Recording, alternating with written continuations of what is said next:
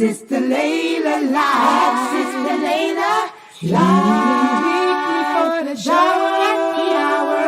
Ask Sister Laila live. Sister Laila. Invite your friends and family. Make it cozy. Ask Sister Laila. Colin.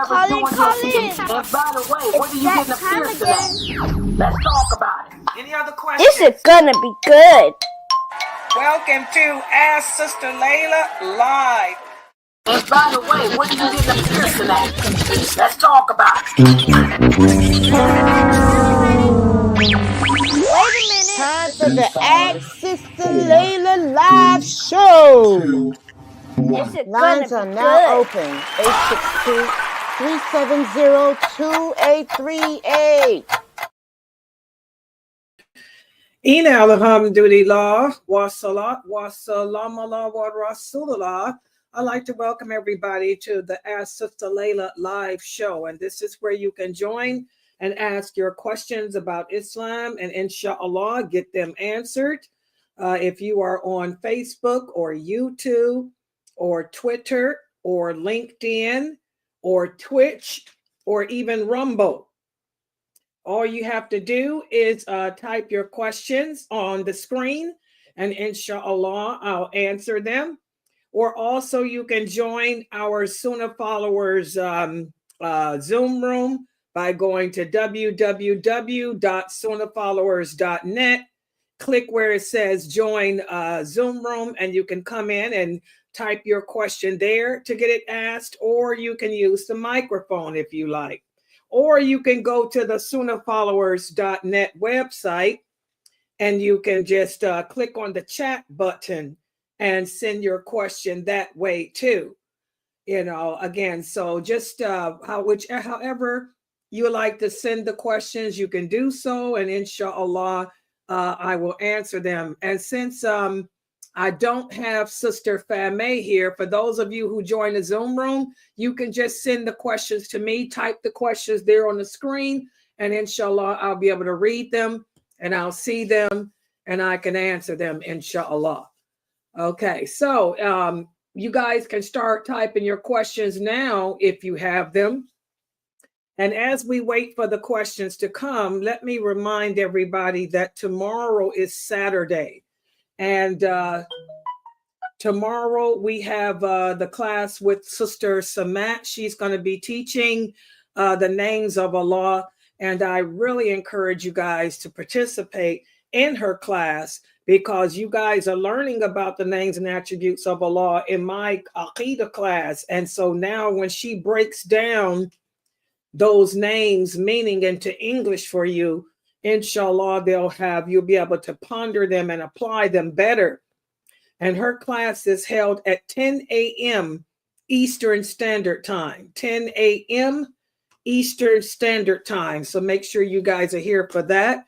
And also tomorrow we will have a continuation of Dr. Asim's class as well, whereas he'll be speaking about how to reflect upon the words of the Quran. And his class will be at 4 p.m. Eastern Standard Time. Please make sure you join his class as well. And also tomorrow we have Dr. Dramali's lecture at 9 p.m. And he's going to be speaking, well, he put his time at 8 p.m. He's going to be speaking about the jinn. I guess some of you had questions about the jinn. So he's going to speak tomorrow at 8 p.m. about the jinn. Can the jinn harm a person? So that's tomorrow's lineup, and I'll put that schedule out later. So any questions, you guys can feel free to type them in the Zoom room or type them on the screen, and I will address them.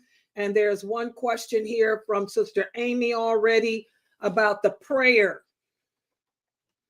Okay, Sister Amy said that upon making prayer today, she forgot to recite the Fatiha in her third rakat.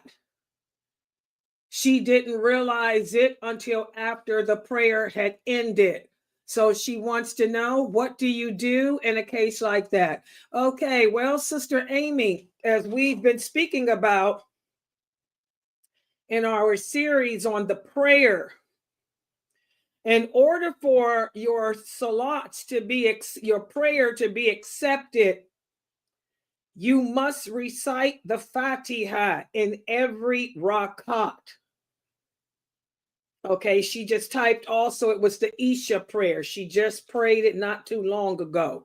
Okay, well, since you did not recite the Fatiha in the third rakat, then in this case, what you do is go back and remake the entire prayer over. You have to remake the entire prayer over. Because as our Prophet sallallahu alaihi wasallam says in the authentic hadith, and what's the source? Bukhari and Muslim, there is no prayer without al-Fatiha. So the good thing is that it's still Isha, so you still have time. And it happens, you're a new Shahada.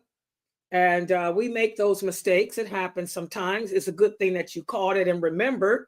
Yeah, now you can go back and perform it over again. Yes, the entire prayer. Exactly. And Allah knows best. And that happens. And again, like I was trying to tell you guys earlier today in my 6:30 class, don't feel bad when you make mistakes like that. You know, don't feel guilty. Don't feel like you're going to hell and all of that. And, you know, that Allah is going to punish you. And, you know, your personal jinn wants you to become a fanatic. Your personal jinn wants you to lose hope. And as believers, remember, the believers never lose hope. The believers never despair of the mercy of Allah. So, you know, just make the restitution and keep it moving. Life is too short to get caught up in despair. So, yeah, don't allow yourself to do that. Yes, any other questions? Go ahead, type them. Okay, here's another question. Is it haram for me to play video games? Must be one of the kids from Twitch. Okay, again, guys, if we're going to say that something is haram, we're saying that something is forbidden. And whenever we use the word forbidden or haram, we have to bring the clear evidence. The clear evidence, because as our Prophet sallallahu alaihi wasallam said, the lawful and the unlawful are clearly defined by Allah. So if someone's going to tell you that it's haram to play video games, they have to bring the clear verse where Allah says in the Quran, thou shalt not play video games. Or the authentic hadith wherein the Prophet sallallahu alaihi wasallam said, thou shalt not play video games. There's no such thing. And the things that Allah has not addressed are lawful. So playing video games in and of itself is not haram. However, you need to look to see what type of video game you're playing, because maybe you're playing a game that whose subject matter is haram. For example, if it's a video game that entails you selling drugs or pretending that you're a bank robber or something like that, that might be haram. Because again, as Muslims, we're supposed to enjoin the good and forbid the evil. And as Muslims, we distance ourselves from any and everything that contradicts our Islamic morals. So if it's a game where you have to be a robber or a pimp or a prostitute or a drug addict or something like that, then perhaps you should stay away from that type of video game. Okay, so it's not so much that playing video games in and of itself is haram, but it may be the type of game that you're playing. And also remember, in Islam, as Muslims, we don't play any games that entail dice or gambling. And Allah knows best. Yes. Okay. Any other questions? Just type them on the screen. And yes, you can type yours too, sister. Yeah. And I was very proud of you guys today with how you answered the questions about the attributes of Allah. It showed me that you guys, that maybe what I'm teaching is penetrating, that it's starting to make sense. I was very proud of your answers. Okay, the sister here is typing. She said, I am new to Islam. My family does not like Islam. They do not like Muslims. Every time I go around my family, they ridicule me. They threaten me about my way of life. How does Islam teach me to handle this? Okay, well, first of all, I want to welcome you to Islam. And your question is not uncommon. A lot of the new shahadas experience the same thing that you're experiencing because, Islam is portrayed in a demeaning way on social media and by society. So it's normal that your family don't understand what you've embarked upon. They have misconceptions about our way of life. But to answer your question, the answer is simple. Until your family accepts the reality that you are what you are, then you distance yourself. That's what Islam teaches us. We distance ourselves, even if it's against our own family. If they are enemies to us, enemies to Islam, enemies to Allah, enemies to the Prophet, sallallahu alaihi wasallam. And let me explain to you what I mean by distance. What you do is you call your parents on the phone and talk to them and check on them. Hello, Mom. This is Sally. I'm just calling to check on you to see if you need anything, to see if you're okay. But I won't be coming over anymore because of the way you guys ridicule me and the way you guys treat me because of my new chosen life. So you let your parents and your family members know that you won't be coming around them physically. Okay, but you will call and check on your mom and will call and check on your dad and your family members, every so often to make sure that they're okay. So when you call them on the phone, you talk to them, ask them how they're doing. Is everybody okay? If they start badgering you because you're a Muslim, or they start badgering you because of your way of life, you get off the phone with them. And I'm going to tell you, once your family sees that you are serious about this way of life, your new chosen way of life, they'll end up accepting you eventually because there's that unconditional love that our family members have for us. Okay. So, and also, Islam is all about good character, good morality. You want to remain respectable to them. If they put you down, you don't put them down. You just get off the phone with them. You be polite. You show your parents and you show your family members what a great choice this was for you, because dawah is from your actions, the way you carry yourself, the way you dress, the way you look, the way you deal with people. They can see that Islam is not this terrible way of violence that the media may have depicted of it. But you have to distance yourself from them, do el-bara, because your faith is new. Your faith has not yet developed in your heart. And it's not going to take much for Shaitan to pull you back to whatever you were upon before Islam, especially if you were close to your family members. So what I suggest you do is what the companions did, because this is what they've done. You know, the companions distanced themselves. They distanced themselves from their family when their family members became cruel and abusive towards them because of their way of life. But they showed their family members through their actions and behavior what a good way of life this was. They would check on them, help them if they needed help, and all of that. But as far as you going around them so they can abuse you, don't do that anymore. Just make phone calls. Check on them by calling them on the phone. And when they become aggressive towards you, or they become cruel towards you, you know, I just wanted to check on you. I love you. Have a good day, and hang up. Okay. And Allah knows best. Okay.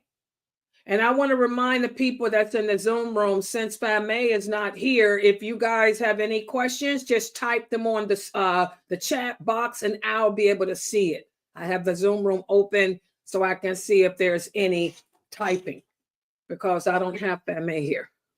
There's one question on the Zoom today. Oh, I didn't even see it. Hold on. Oh, why come I didn't see it? Oh, okay, here we go. I'm sorry, guys. Let me see why I didn't see it. That's weird. Why am I? Okay, can you guys still see me on here? Okay, I'm doing two computers. Give me a second. Let me look at the question here. Okay, hold on. Hold on, people. Okay, here's the question. What advice would you give to a sister who is stuck in a haram situation because of finances? She does not commit shirk, but her income isn't enough to survive in her own. I don't know what the haram situation is. I need to have more information. I need to know what is the haram situation that she's stuck in, because I don't know. I mean, that's too broad. There's a lot of haram. So I need more information. Okay. So what advice would I give a woman who is living with a man who is not lawful for her? She needs to get out of it. This is a sacrilege. That's why we have to get all the information. This is haram. She don't live with a man who is not her mahram, not even for a second. There's no reason for her to be with a man like that. She can go move home to her family. Where's her family at?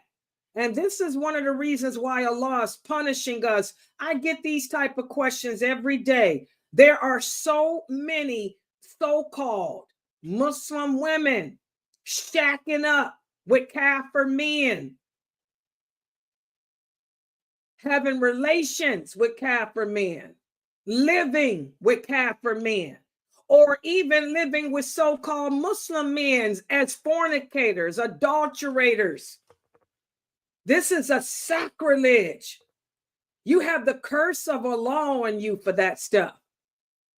This woman, what advice do I have her? She needs to go home to her family, go move in with her mother, her sister, her daughters, her aunts, her cousin even, that's a female.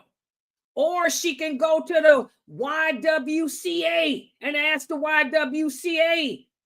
Under no circumstances, I want all you Muslim women to understand this. You are not supposed to live with a man who is not your husband, not even for to come in out the rain.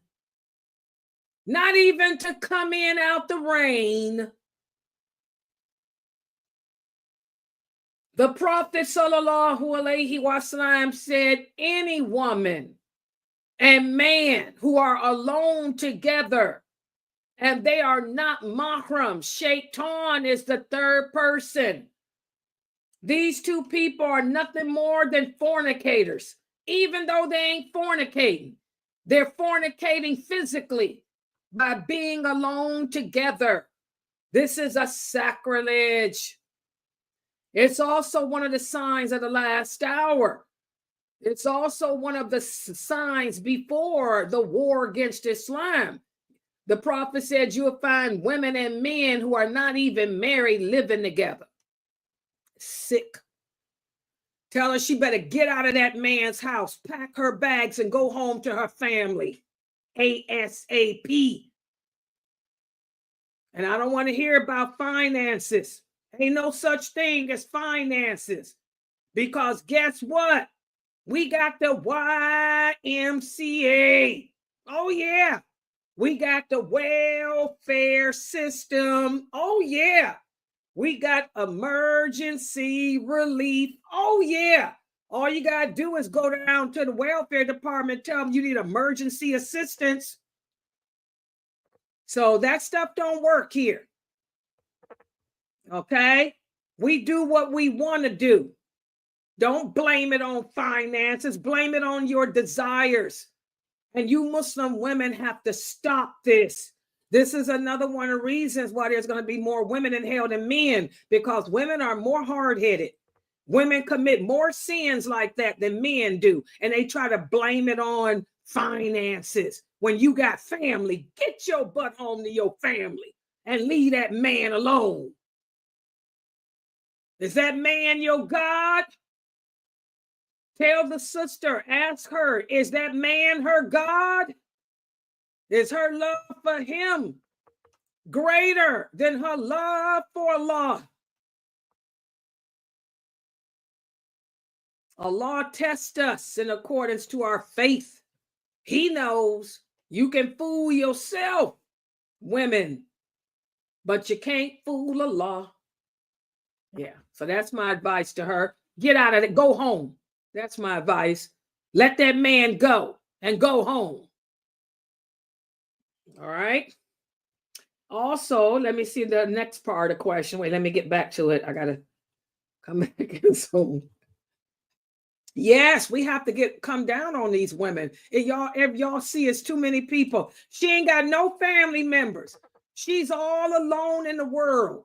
She ain't got no family at all, Nia. She's just alone in the world. There's no one. She's just every single one of her family members is passed on. Is that what you're telling me, Nia? She ain't got no cousins. She ain't got no family members. Allah took her whole family out. She's in Gaza. She lost everybody. Is that what you're saying? Let me tell you what the Gazans do, who lost everybody. You ain't gonna find no woman in Gaza shacking with a dude. Even though the women in Gaza lost their whole family, those women will make a tent. They'll go and put some rocks together and build a tent out of rocks and live alone before they go shack up with a man who ain't they mahram. So tell her to get over that. Tell her she ain't got no business living with that man. She know what she doing. Tell her to get out of that situation and fear Allah. Take her behind down to the welfare department in the morning and tell them that she needs emergency relief. Tell her to go to the masjid. Ask the imam, is there a sister? Because there's a lot of single women in every Islamic community. Ask the imam, can he put her in touch with a sister that she can stay with until welfare gets her home? Okay? Or ask her to go to the mosque and ask the imam to put her in a hotel room until she can get a pay for a hotel room for her until the welfare system can give her emergency relief. Oh, there's a lot of things she can do. Even if her family really did pass on, even if she was an orphan, there's things she can do rather than shack up with a dude. Come on, guys. Women. Yeah, we have to come down on them like that. They're weak. Okay, here's another question. And by the way, the rest of you sisters, y'all need to get out of those relationships. Oh, yeah. Okay, here's another question. This question is if you use marijuana, let's just make it real.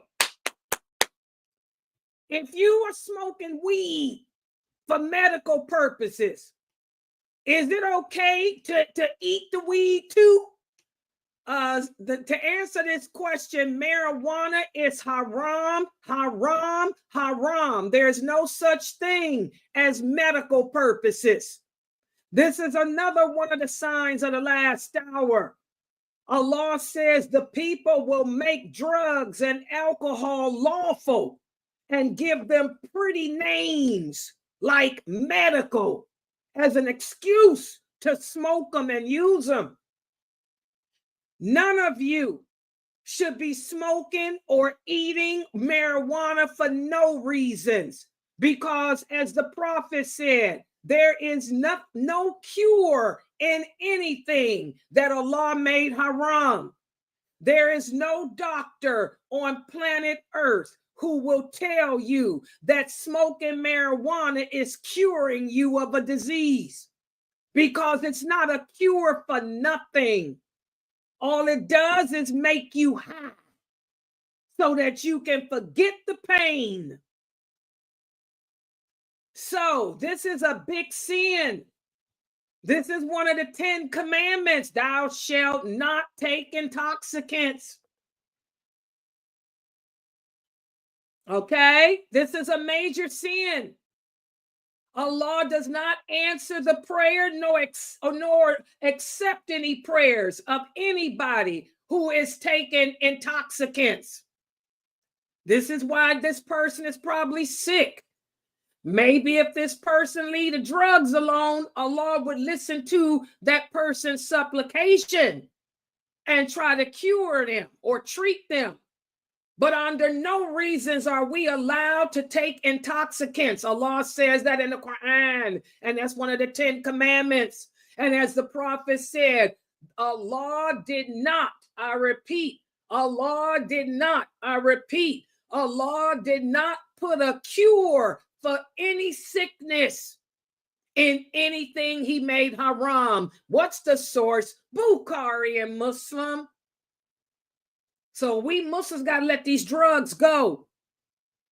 We got to stop being druggers and alcoholics.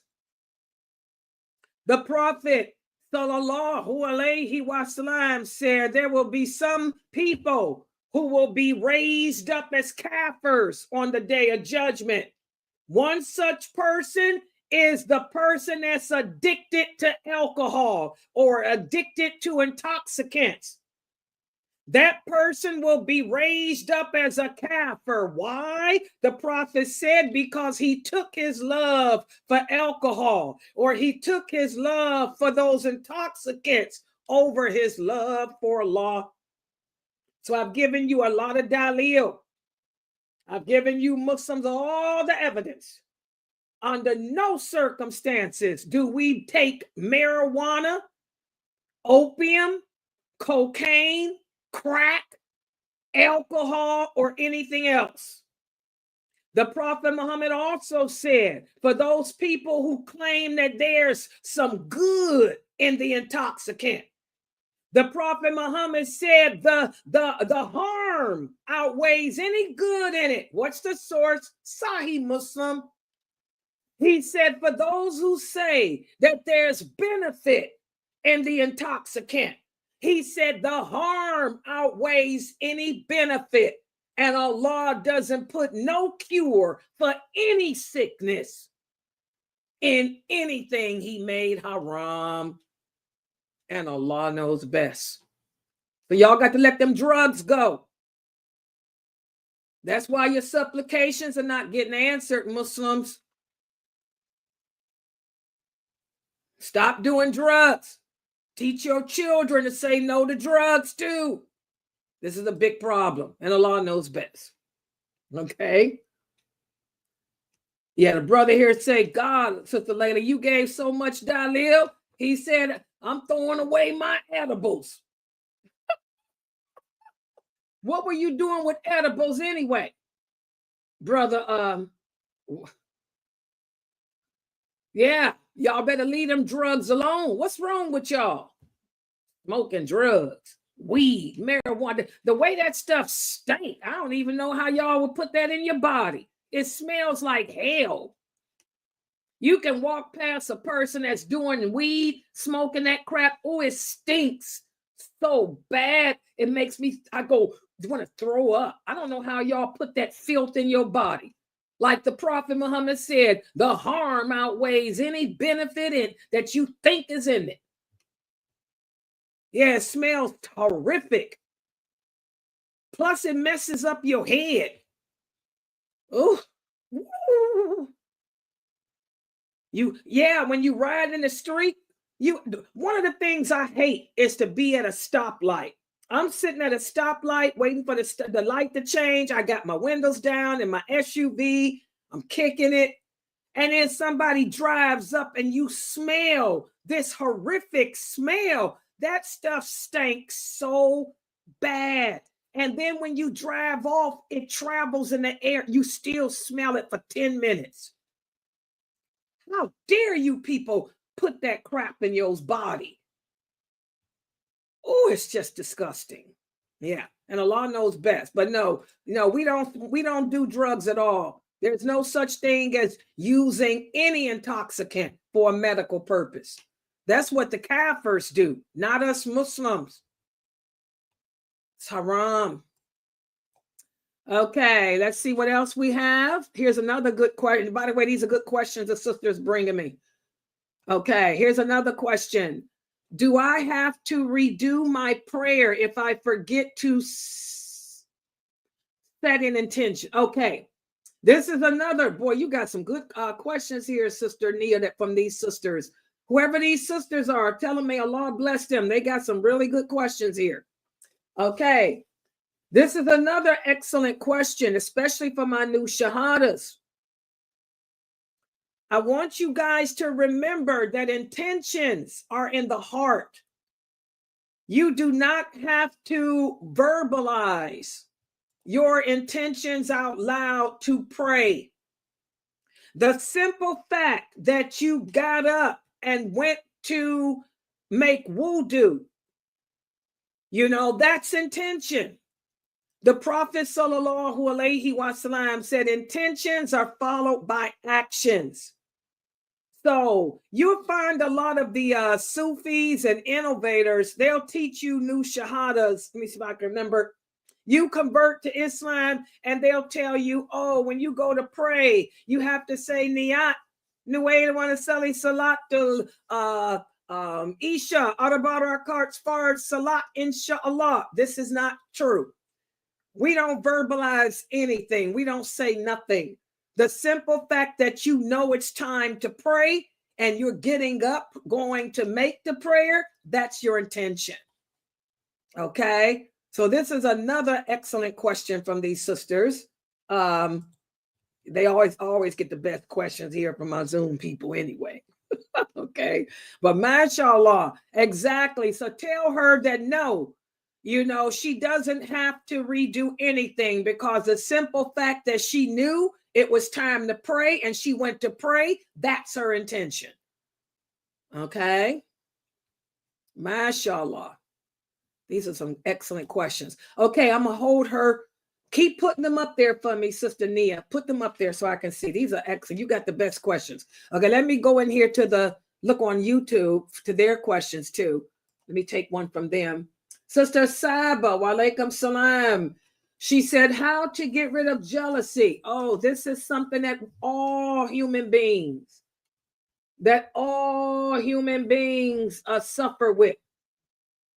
It's one of the evil characteristics of man, okay, that comes from Shaitan. This is what the Prophet sallallahu alaihi wasallam said to do. He said, some people are born with good character. Other people may not be born with good character. He said, if you are a person and you realize that you are lacking a good characteristic or that you have a bad characteristic, there's 3 things that you can do. And I want y'all to remember this. Number 1, he said, make dua. Make dua, asking Allah to rid you of jealousy. That's number 1.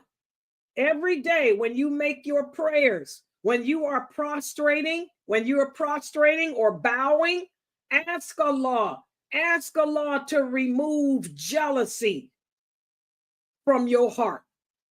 That's number 1, make dua.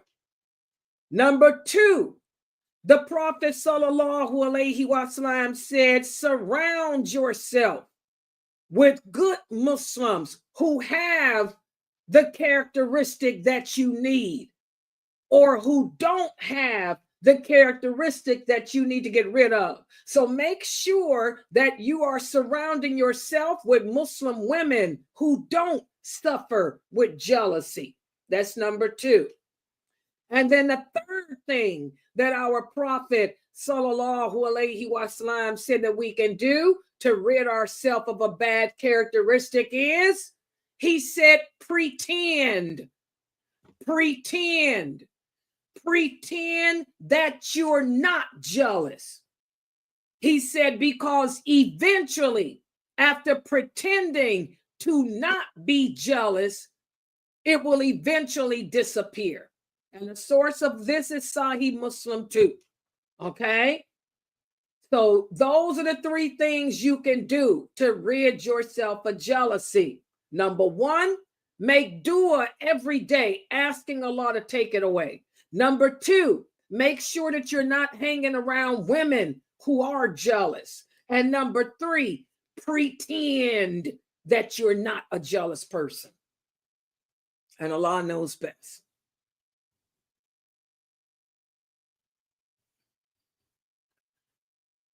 Okay. And here's another question from here. Sister Amina, she wants to know how to deal with feeling down. Oh, this is something that we struggle with every day. The same thing, Sister Amina. When you find yourself feeling down, first of all, pretend to not be down. Number 2, seek refuge. A'udhu billahi minash shaitanir rajim. Ask Allah to take away that downness. And number 3, occupy yourself with something that'll make you happy. You have to learn how to make yourself happy like I do. Teaching Islam makes me happy. Teaching Islam takes my mind off of depressing things in life. So I spend my time teaching Islam or doing the videos or writing up the PowerPoints or planning classes. Okay? And that's the same with loneliness. Any of those negative feelings, loneliness, anxiety, depression, sadness. These are all the evil emotions that we all possess that come from Shaitan. Okay? The Prophet Muhammad said, remembering Allah helps to take those things away. The Prophet Muhammad suffered with loneliness. He suffered with anxiety. He suffered with sadness. Okay? But he would remember Allah, and that would help take it away. Go talk to Allah. If you're lonely, go talk to Allah. Have a conversation with him. Okay? Or do something that'll take your mind off of it. Watch television. I do that. When I find myself getting lonely, you know what I do? Besides teach, besides doing PowerPoint, besides making my videos, if I'm done with all that, I'll go watch the Vampire Diaries. Oh, yeah. I'll go watch the Vampire Diaries. Or I'll watch some fantastical, silly show that'll take my mind off of it. You people are going to have to learn how to take your mind off of what Shaitan is throwing at you. Some women like to sew. I know some people, when they feel lonely or depressed or anxious, they start making clothes. Another hobby, I like to cook, even though I can't cook. I'll go and get me some stuff and try to make a recipe. Or I'll write in my book.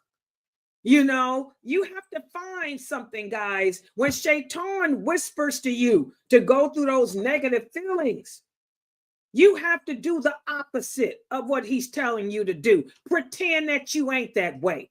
I pretend that I'm a normal person. I pretend that I ain't got no problems. I pretend I ain't got anxiety. And I'll come in here and do all kind of stuff on this computer. I'll go play spades.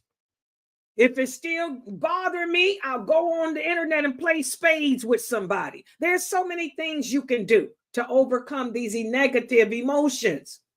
You guys are just going to have to do what's best for you. Okay? And Allah knows best. Okay? Keep yourself busy. As the Prophet Muhammad said, idleness is the workshop of Shaitan. You got to keep yourself busy doing something to take your mind off of what's bothering you. Exactly. Go for walks. Exercise. That's what I do. I work out. And do a variety of things. I got a lot of things I do. Work out, write in my book, teach on this website, do the PowerPoint, make videos, watch the Vampire Diaries. Okay? Go play spades with somebody on the internet. Play bid whist. I do bid whist too. You know, find what helps you to take your mind off of it. And Allah knows best. Okay. All right, let's see what else we have here. Okay, she got some good questions. Let me read this one here. Yeah, tell the Sister Nia to put their questions here. Yeah, I'll answer them, inshallah. Okay, here's another question. Don't know about the hadith that is used that discourages one from changing appearance. So if so, I have a follow. Okay, first of all, a lot of Muslims don't understand the hadiths, as you guys are learning in my classes. It's a hadith, but it's also a verse of the Quran. Allah says in the Quran that it is haram, it is forbidden, it is forbidden, it is forbidden to change the creation of Allah. But most Muslims don't know what that means. They don't know what that means. So this is where the science of the Quran comes in. You have to use the science of connectivity. The hadiths are the explanation of the Quran. You have to know what happened to make Allah send that down. What happened for Allah to talk about people who change the creation of Allah? Well, I'm going to give you the meaning of that verse of the Quran, and I'm going to give you that hadith in its entirety. A woman came to the Prophet, sallallahu alaihi wasallam.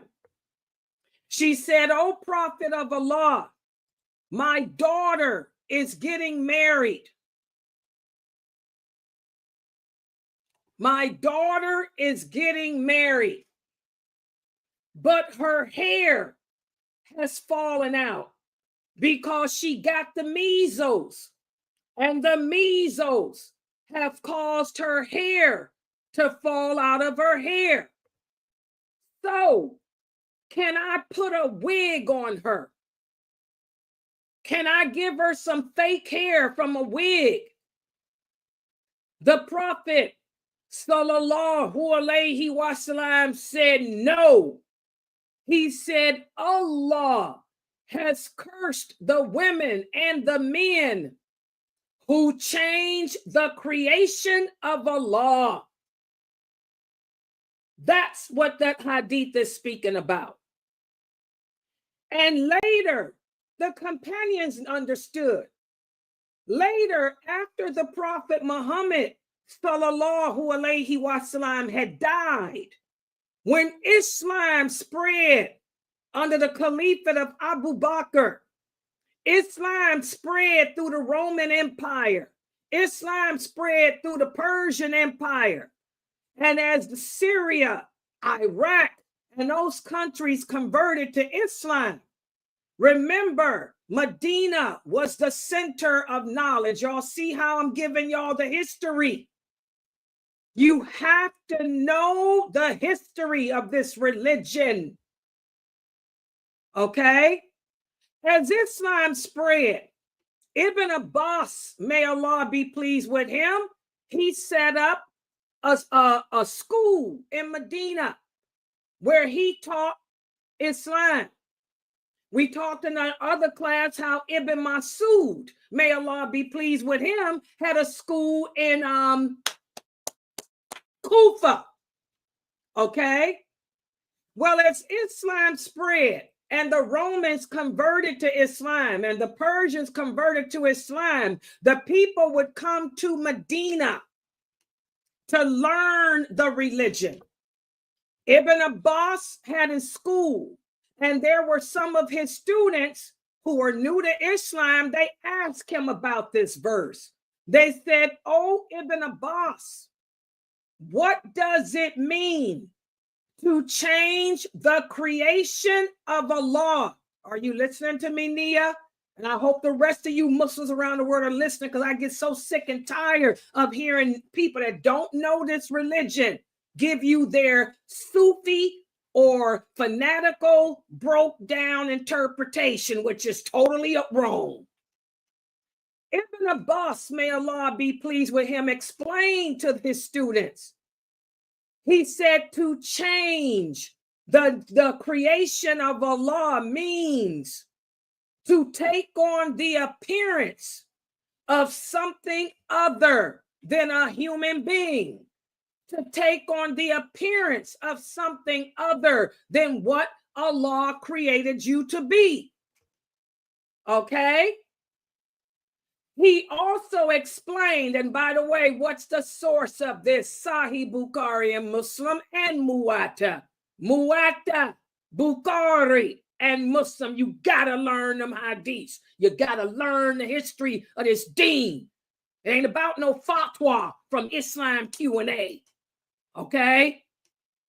Ibn Abbas said, changing the creation of Allah means to take on the appearance of something other than a human being.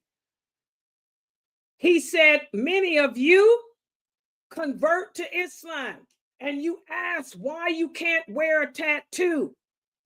He said, Allah did not create a human being to have a flower on his arm. Allah did not create a human being to have a sword as part of his arm. Arching the eyebrows. This is changing the creation of Allah, because Allah did not create us human beings to be like chickens, to not have eyebrows. That's why we cannot pluck the hair from our eyebrows. Allah did not create women to be bald-headed. That's why, and then put on a wig. That's why we don't wear wigs. Okay? So to change the creation of Allah, as Ibn Abbas, may Allah be pleased with him, described means to take on the appearance of something other than a human being. To take on the appearance of an animal, to take on the appearance of a flower or something that Allah did not create you to be. And Allah knows best. So, Sister Nia, do you understand the hadith now? That hadith has nothing to do with makeup. Makeup is not changing the appearance of a human being. Makeup accentuates. The Prophet's wives wore makeup. Huh? I do. I have a follow-up question. So does that include things like braces? No. Um, Braces is a okay. treatment. Let me explain. I'm glad this is why her questions are so good. A lot of people will ask, like she said, okay, we understand it ain't makeup, because I didn't beat that up. Well, what about bracelets? If I were to get braces put on my teeth, is that changing the creation of Allah? No, because if you put braces on your teeth, you're not changing the creation of Allah. You're treating your teeth. Braces are a treatment for crooked teeth. You're correcting your mouth that's crooked. You're not changing your mouth to a mouth of a snake. You're not changing yourself by putting fangs in. You see what I'm saying? Braces are a treatment for sickness. As the prophet said, every sickness has a cure. Some of the cures, Allah shares knowledge of it with us. Other cures, he doesn't. What's the cure for crooked teeth? Wearing braces. What's the cure for breasts that are too big? Breast reduction. Breast reduction is not changing the creation of Allah. I'm a woman. I got breasts. All I'm doing is treating them. My breasts are too big. They're causing my back to hurt. They're causing me problems. So we're reducing it. My doctor suggests to reduce it. That's a treatment. That's not changing. Now, if I were to cut my breast off because I just want to be a man, that's something different.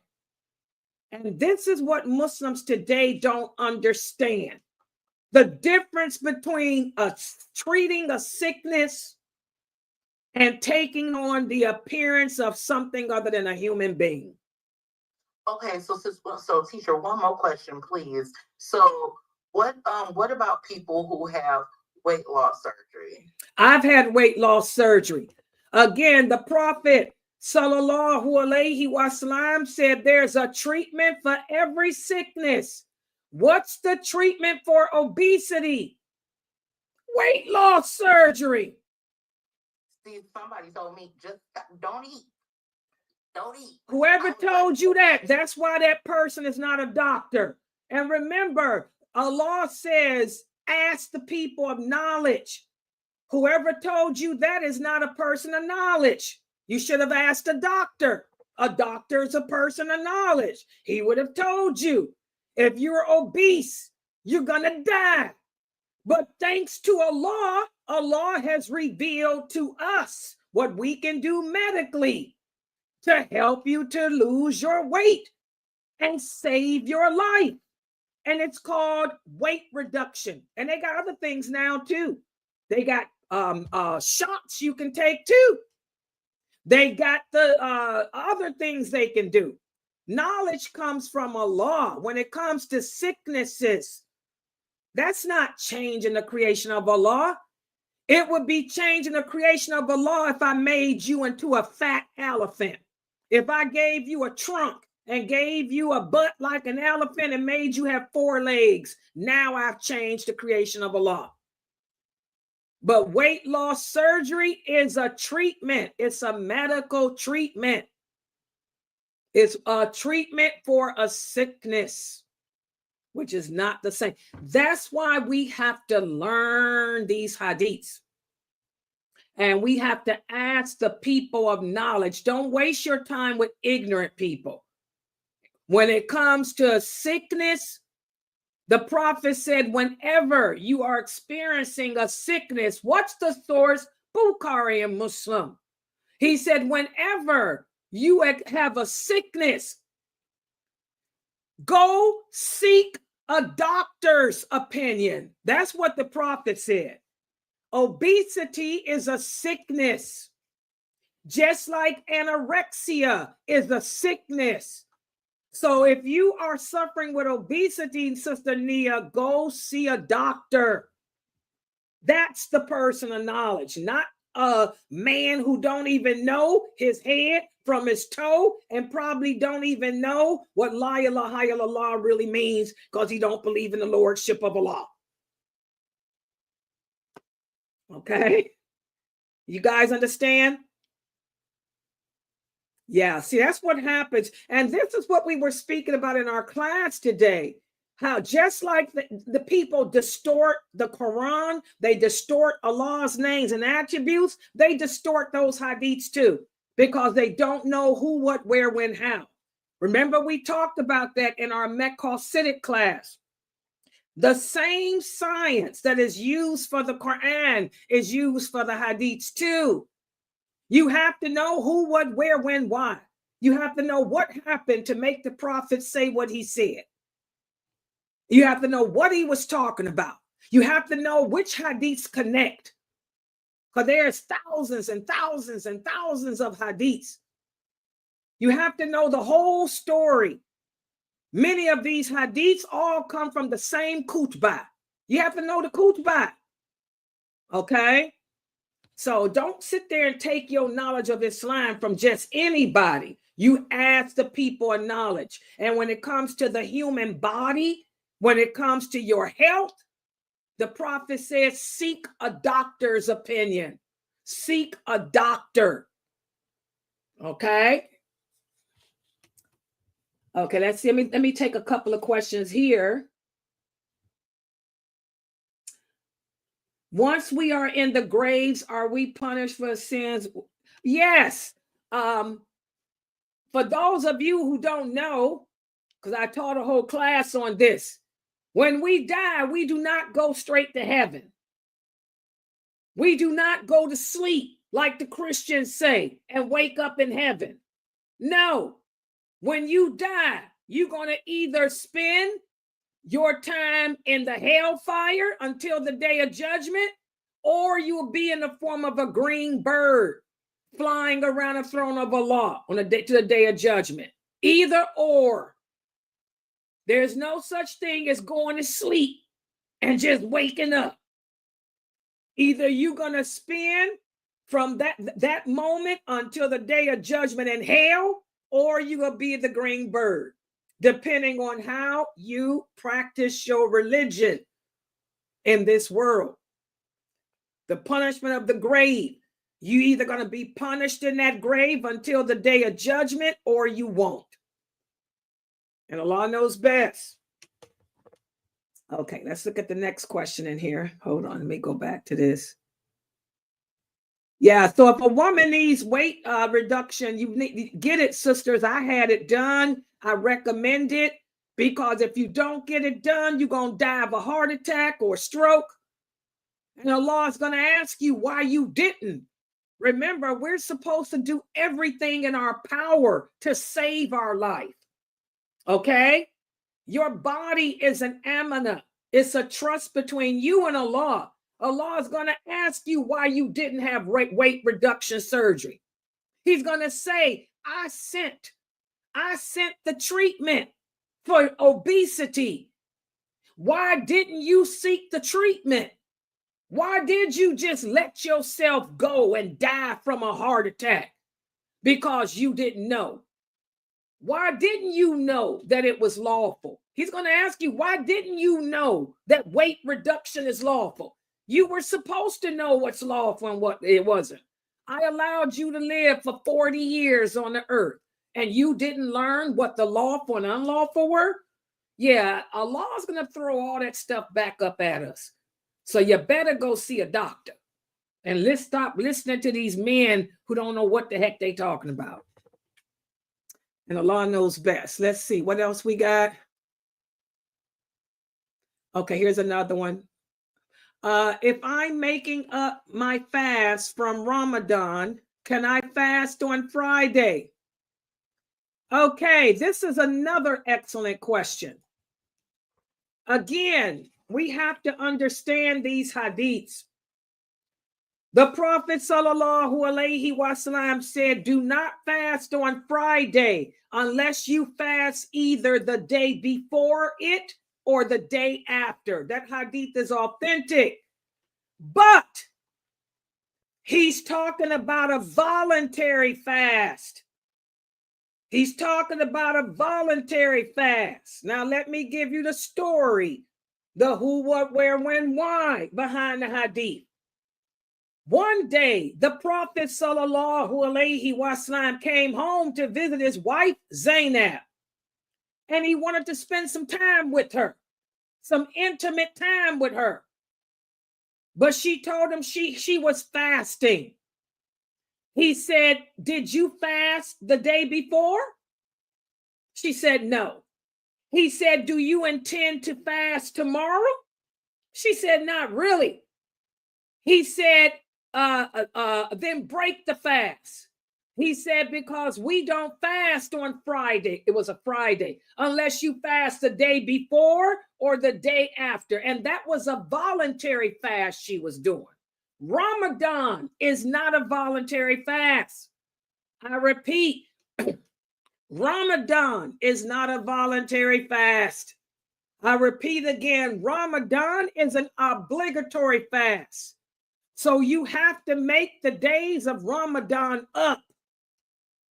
You have to make those days up ASAP, to be honest. Okay? ASAP. So that hadith does not apply to the Ramadan fast. We fast on Fridays for the month of Ramadan, don't we? So you fast your Ramadan. If you're making up a Ramadan fast, then that's different. That's the exception to that Friday. But a voluntary fast, do not fast Friday unless you fast the day before, the day after, and Allah knows best. And I've given y'all the dalil. The sources of those hadiths are Bukhari and Muslim too. Okay. All right, let's see what else we got. Oh, okay. Oh, that's all? Okay. Any other questions, Sister Nia? Go ahead with them too. Yeah, mashallah, these were beautiful questions. Yeah, but Sister Nia, try to talk to that sister about living with a man. That's horrible. That's a big sin. That's a horrific sin. Try to get her to get up out of that. She better go down to the county or go call her local masjid and ask them, are there any single sisters, who wouldn't mind her living with them for a week or two while she get that relief. That's serious. Yeah. Yeah, these were excellent questions. Any other questions, guys? Okay, Brother Amir said, I really like how you give us the hadiths, and I really like how you give us the history too, sister. May Allah bless you. I mean, may Allah bless us all, and forgive us of our sins. And that's what these brothers are supposed to do. Whenever it comes to answering questions about Islam, we have to be able to give the evidence, because Islam is based on evidence. And there's only two sources. It ain't no fatwa from Islam Q&A. It ain't what nobody say except Allah and those original companions or their predecessors. Those first 3 generations. That's it. If it didn't come from them, we don't entertain it. Anything that's not from them is just people's opinion. And there's too many opinions out there today.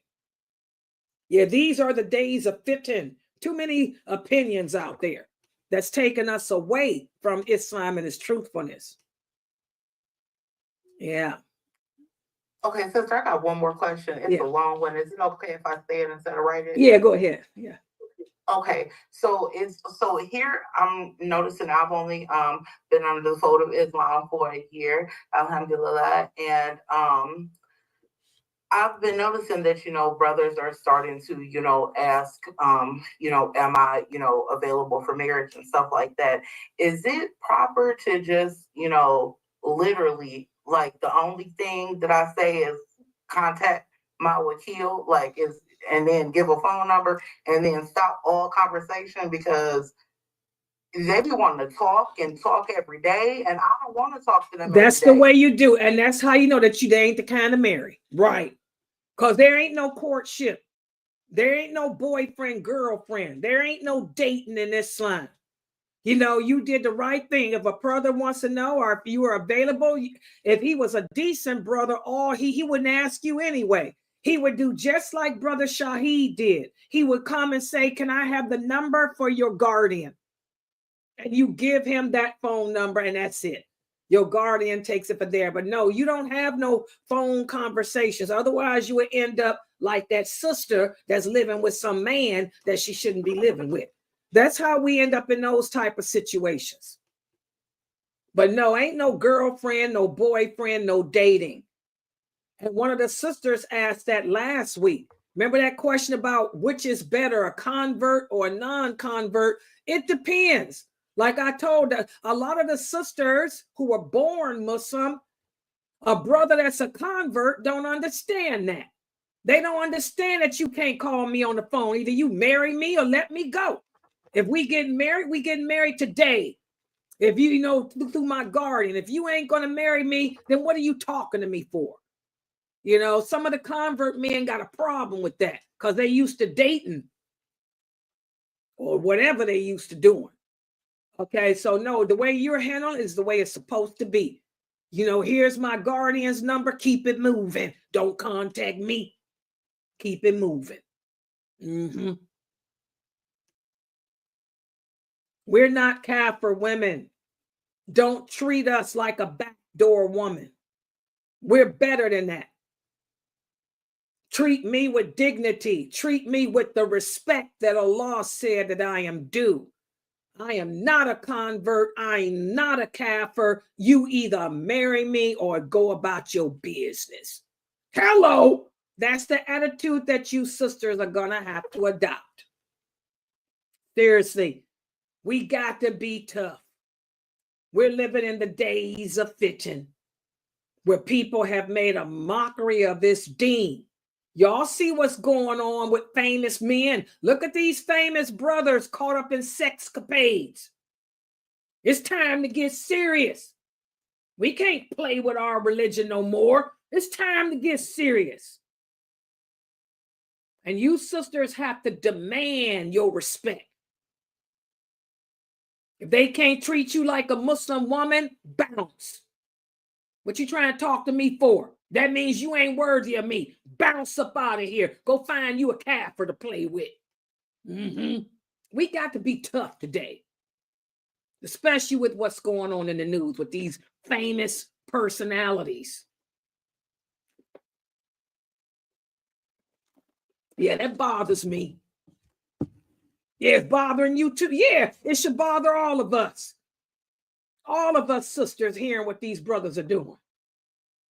To these young girls, babies. Mess with one of mine. See what happens. Well, hey, mine will take you out. I ain't got to worry about none of that with none of my grandkids. My grandkids are bad. They'll take you out on their own.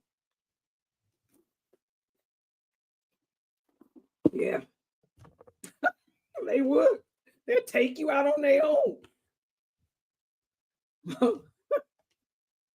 Some man in the grocery store called himself grabbing my granddaughter a couple of weeks ago. My younger one, this 18-year-old, she put him on the floor. Then the police came. Had to get her out of jail. She said he touched me. Don't nobody put their hands on me. She turned around and had that man on the floor in 5 seconds. My grandkids are bad. Don't touch them.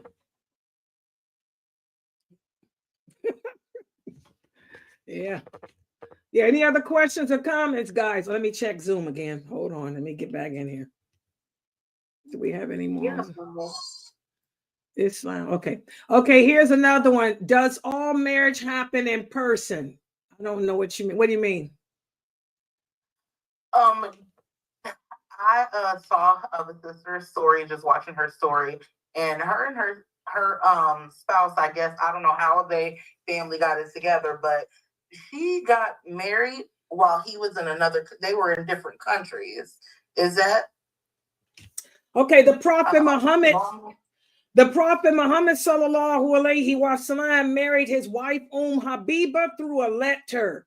Habiba was living in Abyssinia. She was the daughter of Abu Sufyan. She had migrated to Abyssinia with her husband. But when she got to Abyssinia, her husband apostated from Islam and he became a drunk. And he got into a fight with some people and they killed him. What was her name again? Habiba. That was one of the wives of the prophet. And so after that, when the prophet heard about Habiba, he sent her a marriage proposal and through a letter asking her for her hand in marriage. And her guardian was the king of Abyssinia. King Negus was her guardian. Okay?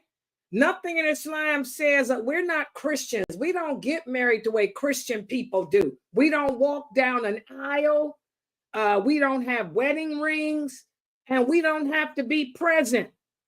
When I married my last husband, Sheikh Atlee, we were married over the telephone. He called my guardian, my stepfather, and asked my stepfather, could he marry me? 2 of my brothers were the witnesses, and we were married over the telephone. So nothing in Islam says that we have to be together in the same place or country or any of that.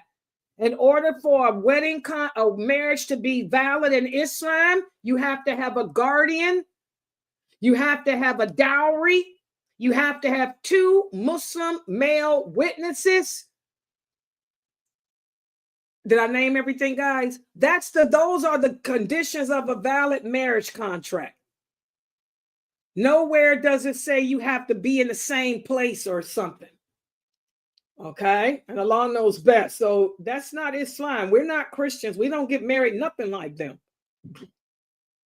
We don't do nothing like them, not even our marriages. Okay? And by the way, guys, the prophet didn't even get to consummate his marriage to Habiba till months later, after the conquest of Mecca. In fact, the day of the conquest of Mecca, that's when Habiba came back to Medina. And that's when that's when she came back, from where she was. And that's when her and the prophet consummated their marriage. So in Islam, we don't have to be together and we don't have to be in person. The woman doesn't even have to be present.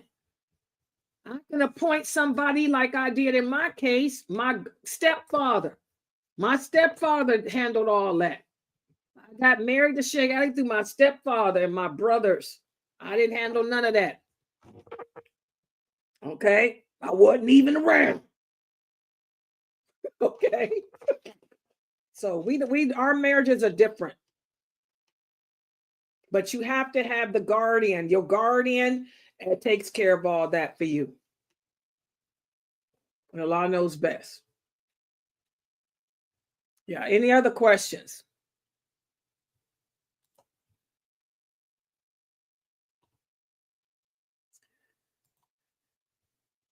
Let me look on here. I'm trying to see. Hold on, guys.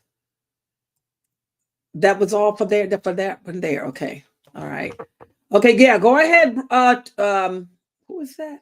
Yeah, go ahead, brother. I can see you're typing. Where are you on Twitter? Let me log in on Twitter too. I see you're on Twitter. Go ahead, type your question. I keep forgetting about my Twitter account. Let me log in and see what it looks like on Twitter. While you type your question, yeah, go ahead. It's called X now. Woo! There I am. Oh, wow. Look at X on your phone. Wait, well, here I am. Oh. Yeah. There I am. Yeah, I can see me on there. Yeah, go ahead, brother.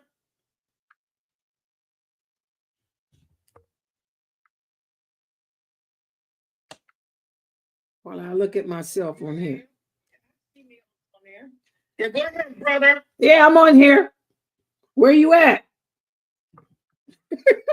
I'm logged on. Where you at, dude? While I look at myself on here. Yeah, I'm on here. Where you at? Oh, okay, I see it. Okay, the brother here is asking me about the prayers again. All right, what about it? You just said I'm asking about the prayer, but you didn't type it.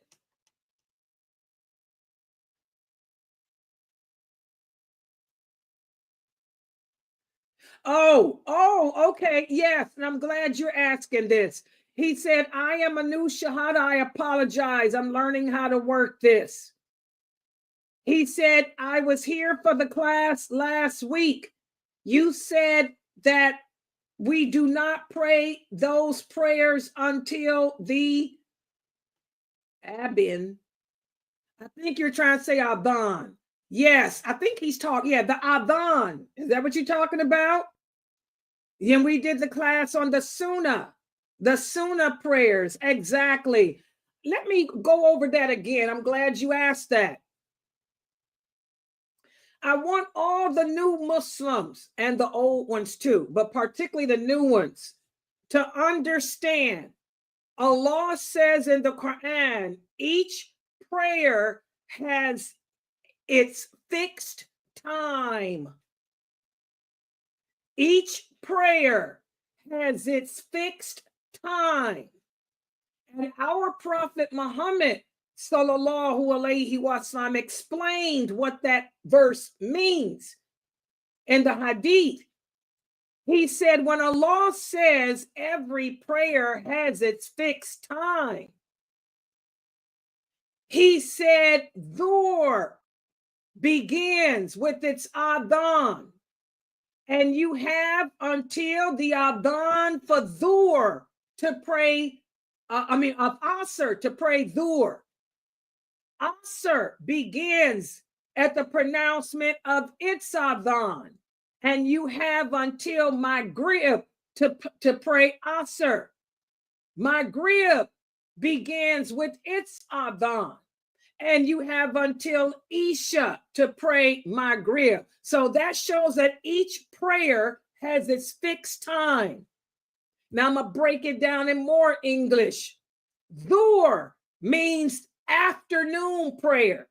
The afternoon prayer begins at its time, and you have until midday, which is Asr, to pray it.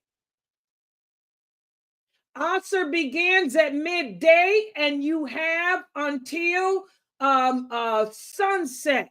Maghrib means sunset, to pray it.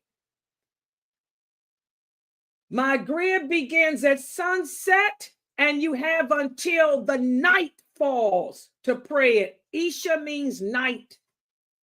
Okay?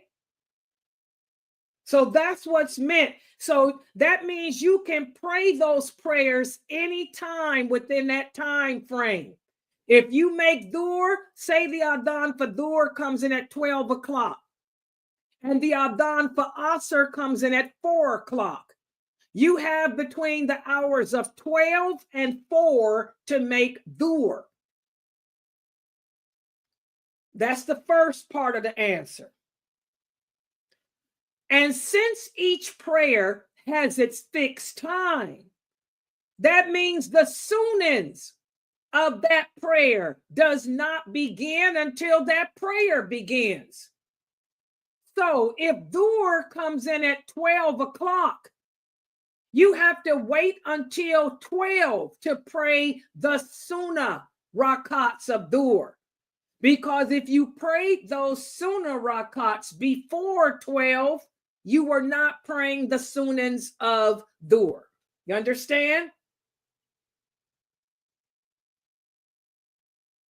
Okay, good. So yes, you have to wait until the Adhan has been called for whatever the prayer is, and then you perform the Sunnah rakats of that prayer.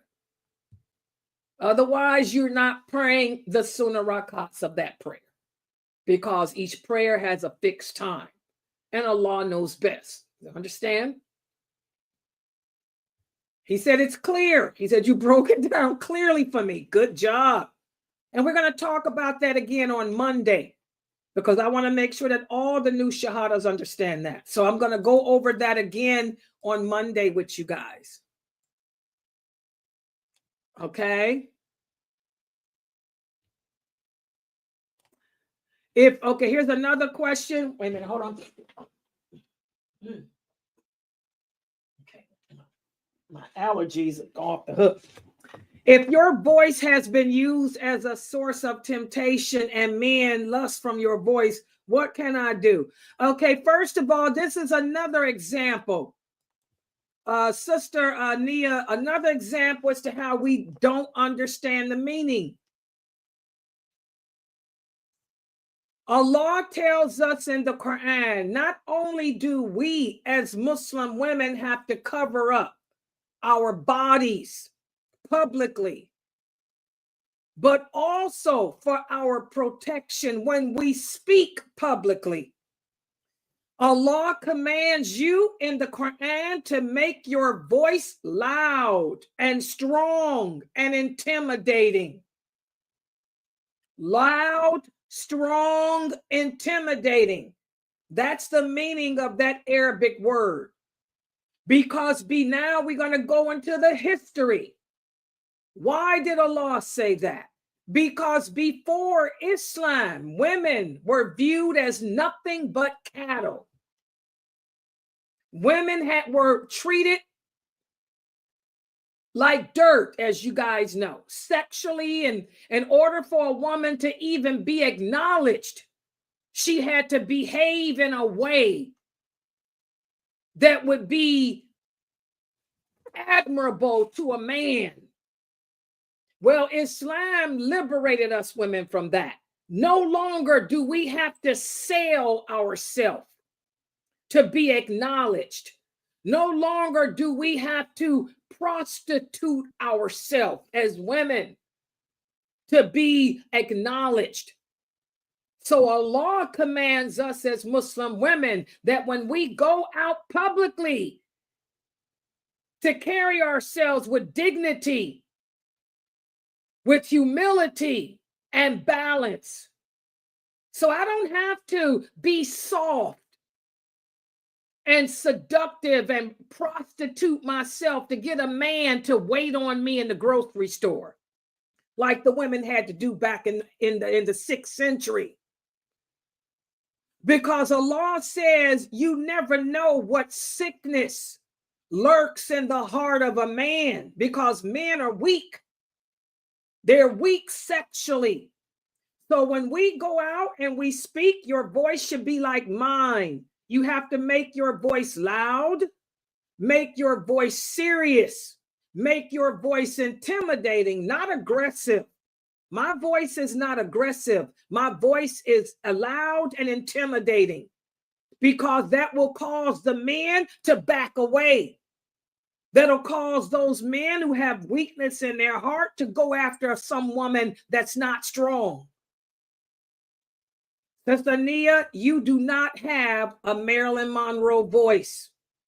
So you don't fall in that category. I don't know who told you that, but they told you wrong. The type of what the women used to do in the 6th century, y'all remember, have you guys ever heard of Marilyn Monroe? They had to talk like this.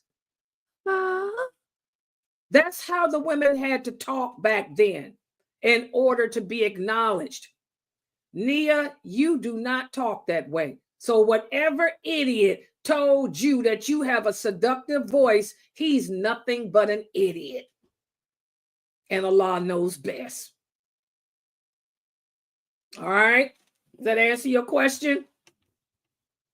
But that's for all Muslim women. When we go out the house, you need to speak up. We have to speak up as Muslim women. Be strong. Be women of dignity. Women of intimidation. You better go look at that careful woman with the Nicki Minaj pants on and not look at Laila Nashiba. That's what Allah is commanding us to be like. You are not. Whoever told you talk that way, they told you a lie. Tell them to bounce. All right, let's see. Another question here. What if you miss a prayer and the other prayer is coming in? Okay, remember, guys, this is what I'm going to go over this again on Monday. You have until the beginning of the next prayer to pray. You have not missed a prayer. The Prophet sallallahu alaihi wasallam said negligence occurs when you pray a prayer outside of its regular time. Say, for example, Dhuhr comes in at 12. Asr comes in at 4. I forgot to pray Dhuhr. It's now 5 o'clock. If you truly forgot, the Prophet said, then as soon as you remember, go make your prayer. So I would make Dhuhr and then pray my Asr. The other excuse is if you were asleep. Fajr comes in at 6 o'clock. And it goes out at 7. I don't wake up until 9 o'clock in the morning. I would sleep. So what do? The Prophet said, pray it as soon as you wake up. I hope that answers the question. The only two excuses for missing a prayer is forgetfulness or sleep. What's the source? Sahih Muslim. The Prophet sallallahu alaihi wasallam said negligence, is only in 2 instances. You actually forgot to pray because you were so busy, or you overslept. And in that case, as soon as you remember the prayer or as soon as you wake up, you pray it. But anything else, if you have until 4 o'clock, that's my example, to pray that Dhuhr. Some people tell you that you got to pray as soon as the Adhan come in. Who said that? You have until the Adhan for the next prayer to pray it. Everybody understand what I'm saying here? Okay. And Allah knows best. Okay. Any other questions? We had some very good questions today. Yeah, so Sister Nia, if you're going to speak publicly, like even on the internet like I'm doing, if you're going to speak publicly, make your voice loud, make your voice strong, make your voice firm, and try to be intimidating, because that will discourage any men like these perverts who are famous. It'll discourage them from trying to come get you. Okay. Yeah. Any other questions there? Is that all of them? Yes. Okay, I don't have any more on him. Okay, go ahead, brother. You got one more? Go ahead.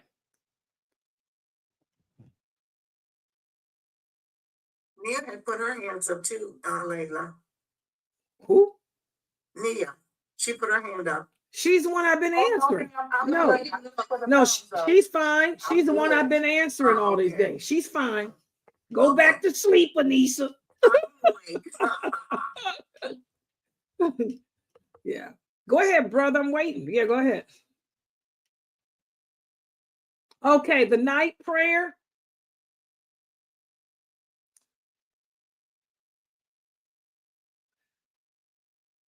Isha, you're talking about Isha prayer.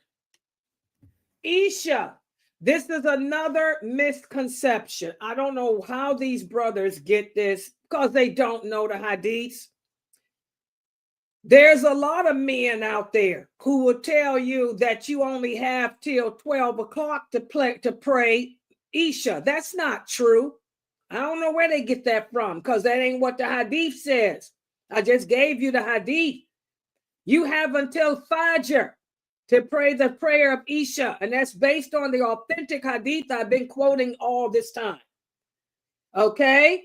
Plus, we have numerous hadiths from Sahih Bukhari and Sahih Muslim, where the Prophet would delay the Isha prayer. Sometimes he would delay and pray it during the first part of the night. Sometimes he would delay it all the way to the third part of the night. Okay, so you have until Fajr. Isha begins whenever the adhan for it is pronounced, and you have until the adhan for Fajr to pray the Isha prayer, and Allah knows best. I don't know where those brothers get that from, but I've heard them say that too. But that just goes to show you, who are these people you learning from? Where's their dalil? Where's the dalil from the Prophet Muhammad that says you have until 12 o'clock at night to pray Isha? There's no such dalil, because I can give you about 10 hadiths right from out of Bukhari where he delayed it to the all different times of the night, and the hadith I just gave you where he said every prayer ends at the beginning of the next except for Fajr. Fajr ends at sunrise. And what's the source of that? Sahih Muslim. So I don't know where these brothers get their information from. That's what happens when you follow a madhab. I don't teach you from a madhab here. I teach you the understanding of those companions as they received it from the Prophet, sallallahu alaihi wasallam. Yeah, so you have until Fajr. Yeah, you're working third shift. Okay, he says he works third shift. And sometimes he's so busy with his patients that he doesn't get to make Isha in the summertime until 1 or 2 in the morning. He said that the Imam told him that he missed Isha, that he had till 12. Well, I don't know who this Imam is, because that's not correct. You have until Fajr. Allah says every prayer has a fixed time. And the Prophet said every prayer begins at its adhan and ends at the adhan for the next, except for Fajr. Fajr ends at sunrise. And Allah knows best. Exactly. He said Islam is so easy. He said, I'm sitting here thinking that I'm missing my prayers. He said, I was trying to figure out what am I going to do because I have to work. Well, that just shows, be careful. That's why Allah guided you here. And before I end, I just want to, stress this with everybody. Be careful. Be careful. Be careful who you take your knowledge of Islam from, guys. We're living in the days of the Ruwaybidah. We're living in the days of fitan, the days of all the calamities that's befalling us. We have a lot of famous men abusing their authority. We have people who we think are scholars and they're really not, misleading us, leading us to the gates of hell. You have to be careful who you take your knowledge of Islam from. If that person is not basing their teachings on the authentic hadiths and the Quran, then don't listen to them. That's why I use PowerPoint. Always have. Okay? And also, guys, be careful. Don't think that because a person's got 10 million followers, that means that they're a scholar. In fact, the more followers they have means the opposite. Okay? Because the closer we get to the last hour, the more followers Shaitan will have. So be careful of who you guys are learning from. And remember, Allah says in the Quran, anyone who is sincere in wanting to learn this religion in its truthfulness, Allah will guide you to the proper sources. Look how Allah has guided you all to this website. Do y'all think it was a coincidence? No. Allah knew that you all were sincere in wanting to learn the religion the correct way. based on what Prophet Muhammad said, not somebody else, and you wanted the understanding that those originals had. Sallallahu alaihi wasallam. And that's why Allah guided y'all here. So you thank Allah for that and continue to come, continue to learn your religion based on the only two sources that exist in this religion, which are the Quran and the authentic Hadith. All right. Okay, I'm going to close out for tonight. I think that's all the questions, right? Ain't no more in Zoom either, right? Yeah, I think that's all. Yeah, I don't see any more either. Okay, guys, so I want to thank everybody for joining and participating. Don't forget the first class tomorrow will be at 10 o'clock in the morning. Sister Samat, she's doing the names of Allah. I'll put some stuff out for that tonight, inshallah. All right, so I want to thank everybody for joining. Please support this dawah effort, guys. We need donations. We are a nonprofit organization. Think of all the blessings you will get, for keeping this website on the internet, because you guys know it ain't free to stream, especially all the streaming I'm doing, subhanallah. So please support us. So subhanakallahumma wa bihamdika ashhadu an la ilaha illa anta astaghfiruka wa atubu ilaik. Assalamu alaikum. I'll see everybody tomorrow, inshallah.